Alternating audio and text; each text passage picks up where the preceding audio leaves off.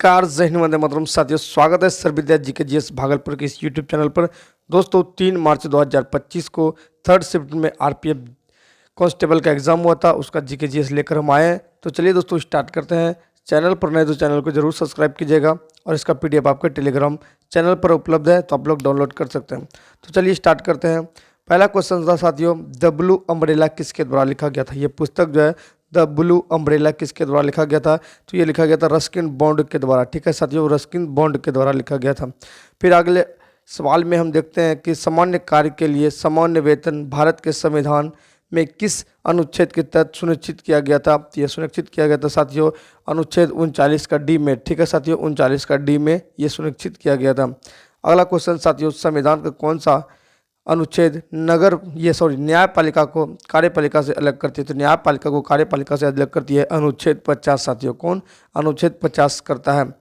फिर अगला सवाल पूछा गया था, स्वामी दयानंद सरस्वती जी की मृत्यु के बाद दयानंद एंग्लो वैदिक स्कूल की स्थापना किस शहर में किया गया था। तो ये लाहौर में महात्मा हंसराज के प्रयास के द्वारा किया गया था। ठीक है साथियों, लाहौर में महात्मा हंसराज के प्रयास के द्वारा जो किया गया था। फिर द्रव्यमान एम वस्तु को ऊंचाई एच तक उठाने के लिए किया गया कार्य क्या होता है साथियों। तो ये जो है इसमें एच लगा हुआ तो इसमें हो जाएगा mgs साथियों, यानी कि स्थितिज ऊर्जा का यह सिंबल बता रहा था साथियों। अगला सवाल है, वर्तमान में राष्ट्रीय आवास बैंक में एमडी और सीईओ कौन है। तो एमडी और सीईओ जो है साथियों वह है संजय शुक्ला। कौन है साथियों, संजय शुक्ला है। फिर अगला सवाल है, भारत में बैंक रेपो रेट 2024 कितनी थी। तो भारत में जो बैंक रेपो रेट थी साथियों वह था 6.50%। कितना था, 6.50%। मीराबाई के गुरु कौन थे साथियों, बताना है मीराबाई के गुरु कौन थे। तो संत रविदास जी जो थे मीराबाई के गुरु थे। ये सवाल पूछा था आपके थर्ड शिफ्ट में साथियों। चलिए, 31 दिसंबर 2024 तक मान्यता प्राप्त स्टार्टअप की संख्या कितनी है। तो ये जो स्टार्टअप की संख्या साथियों है 1,57,706 साथियों। संख्या याद रखिएगा, 1,57,706 है। चलिए, हरित क्रांति का सबसे सकारात्मक प्रभाव किस राज्य पर पड़ा था। तो हरित क्रांति का सबसे जो सकारात्मक प्रभाव के पंजाब और हरियाणा पर पड़ा था साथियों। कहाँ पर, पंजाब और हरियाणा पर पड़ा था। अगला साथियों, भारत में निम्नलिखित में कौन सा निकाय संवैधानिक है। तो संवैधानिक निकाय में पूछा गया तो ऑप्शन नंबर जो है वित्त आयोग हो जाएगा साथियों। क्या साथियों, वित्त आयोग आपका संवैधानिक निकाय हो जाएगा। फिर किस ब्रिटिश हिरासत के तहत मृत्यु दंड दिया गया था, जो आज भी सभी दिलों में, यहाँ पर दिलों में जीवित है साथियों। जिलों नहीं होगा, दिलों में जीवित है, तो आपका भगत सिंह हो जाएगा। कौन साथियों, भगत सिंह हो जाएगा। ठीक है, 38वें राष्ट्रीय खेलों का स्लोगन क्या है। तो इसका जो थीम है स्लोगन है साथियों संकल्प से शिखर तक। इसका स्लोगन है क्या, संकल्प से शिखर तक स्लोगन है। रेल बजट किसके द्वारा पेश किया जाता है साथियों। तो केंद्र रेल मंत्री के द्वारा जो है रेल बजट पास किया जाता है, ये जो पेश किया जाता है साथियों।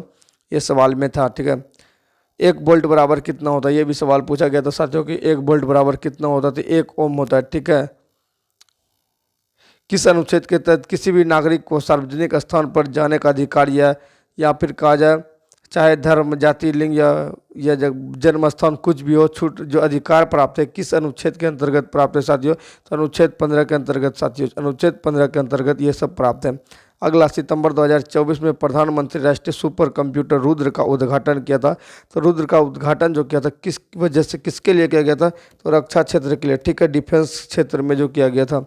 चलिए, कटी बिहू संबंध है। कटी बिहू आपको जो भी बिहू से संबंधित हो जाएगा साथियों असम हो जाएगा, और धान की बुआई से संबंधित है कटी बिहू। ठीक है, उच्च न्यायालय के किसी न्यायाधीश को संसद द्वारा किसके माध्यम से हटाया जा सकता है। तो यहाँ पर जो उच्च न्यायालय के जो न्यायाधीश को संसद द्वारा जो हटाया जाता है विशेष बहुमत के द्वारा हटाया जा सकता है साथियों। किसके द्वारा, विशेष बहुमत के द्वारा हटाया जा सकता है। स्कूल उद्योग को अर्थव्यवस्था के किस क्षेत्र का हिस्सा माना जाता है। तो स्कूल उद्योग को जो टर्सरी सेक्टर यानी तृतीयक क्षेत्र में जाना जाता है साथियों।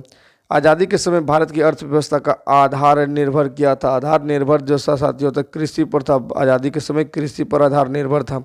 अगला क्वेश्चन, भारत में मौद्रिक नीति कौन बनाता है साथियों। भारत में मौद्रिक नीति जो बनाता है आपका आरबीआई मतलब भारतीय रिजर्व बैंक बनाता है साथियों। कौन बनाता है, आरबीआई भारतीय रिजर्व बैंक बनाता है।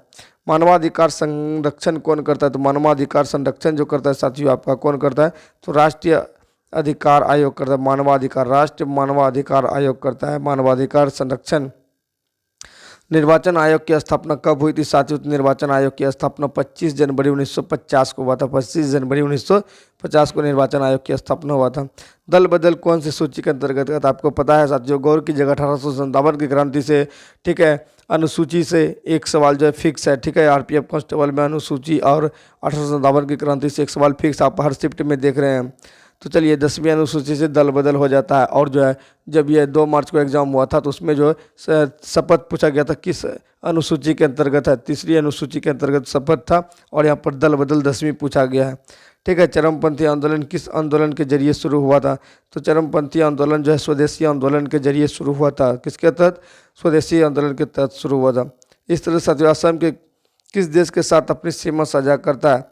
तो ये जो है भूटान और बांग्लादेश जो है के साथ जो असम जो है अपना सीमा साझा करता है। अगला क्वेश्चन, कौन सा अनुच्छेद सार्वजनिक रोजगार और निजी क्षेत्र में रोजगार को संदर्भित करता है? तो ये क्षेत्र जो है 16वां का 2 यानी कि अनुच्छेद जो है 16वां का 2 जो है क्या करता है? सार्वजनिक रोजगार और निजी क्षेत्र में संदर्भित करता है। सिक्किम को किस संविधान संशोधन के बाद भारत का राज्य बनाया गया था? बताइए संविधान संशोधन कौन सा था? तो ये 36वें संविधान संशोधन 1975 के द्वारा जो है ये सिक्किम को जो है संविधान संशोधन के बाद भारत का राज्य बनाया गया था। भारत का प्राइवेट पोर्ट मुद्रा पोर्ट किस राज्य में स्थित है? तो ये आपका गुजरात के कच्छ जिले में है, ठीक है। गुजरात के कच्छ जिले में जो है प्राइवेट पोर्ट, ठीक है, स्थित है। 1857 की क्रांति शुरू किसने किया था? आपको बताएं साथियों कि 1857 की क्रांति से क्वेश्चन एकदम बहुत बार जो है पूछा जा चुका है, पूछा जा रहा है, ठीक है। तो यहाँ पर जो 1857 की क्रांति जो शुरू किया था मंगल पांडे ने जो किया था, ठीक है। चर्बी वाला कारतूस का विद्रोह हुआ था, मंगल पांडे ने स्टार्ट किया था, ठीक है। जब वह जो अपने आप को फिर गोली मार दिया था लेकिन वह जीवित रह गया था। चलिए मंगल पांडे इसका राइट आंसर हो जाता है। फिर मालाबार तट किन राज्यों के बीच स्थित है? तो मालाबार तट जो केरल और कर्नाटक के बीच स्थित है। मालाबार तट जो है आपके केरल और कर्नाटक के बीच, यानी कि जो है पश्चिमी तट के बारे में पूछा जा रहा है, केरल और कर्नाटक। पश्चिमी घाट किस जगह से किस जगह तक फैला है? तो पश्चिमी घाट जो है आपके जो है उत्तर में गुजरात से लेकर दक्षिण में केरल तक फैला है, पश्चिमी घाट के नाम से जानते हैं, ठीक है। पश्चिमी घाट का यही क्वेश्चन जो है आपको जो है केरल और कर्नाटक मालाबार तट के नाम से जाना जाता है, ये भी क्वेश्चन पूछा गया था। तो कौन सी नदी बंगाल में गिरती है साथियों? जो है कावे कृष्ण तू महानदी की गोद में बैठकर बंगाल की खाड़ी जाता है, यानी कि कावेरी कृष्ण तुंगभद्रा महानदी गोदावरी, ये सब सारी नदी जो बंगाल की खाड़ी में गिरता है। जो भी ऑप्शन में था ये आपका राइट हो जाएगा, ठीक है। भारत के वर्तमान विदेश सचिव कौन है साथियों? तो और वर्तमान विदेश सचिव जो है साथियों विक्रम मिश्री है, ठीक है, विक्रम मिश्री है। इस तरह से साथियों 3 मार्च में जितने भी सारे पेपर हुए थे उन सभी का जो है सवाल आपके समक्ष प्रस्तुत किया है और इसका पीडीएफ आपको टेलीग्राम पर मिल जाएगा। चैनल पर नहीं तो चैनल को जरूर सब्सक्राइब कीजिएगा और अपने दोस्तों के साथ इसको जरूर साझा कीजिएगा। और आपका कितना सही हो रहा है आप लोग जो कमेंट सेक्शन में अपना राय जरूर दीजिएगा। Thank you so much. जय हिंद, जय भारत, वंदे मातरम, राधे राधे, जय सिया राम।